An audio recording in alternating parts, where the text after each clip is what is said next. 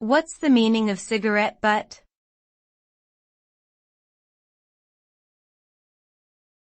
Cigarette butt.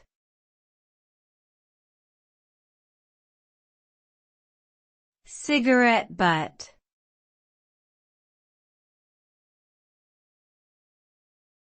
Cigarette butt.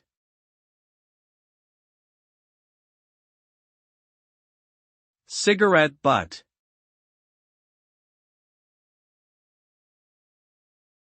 A cigarette butt refers to the remaining part of a cigarette that is discarded after smoking. It typically consists of the burnt tobacco and paper filter, and can be found littered on sidewalks, streets, and other public spaces.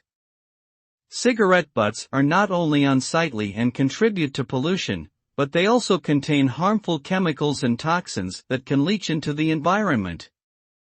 Proper disposal of cigarette butts is important for maintaining clean and healthy communities.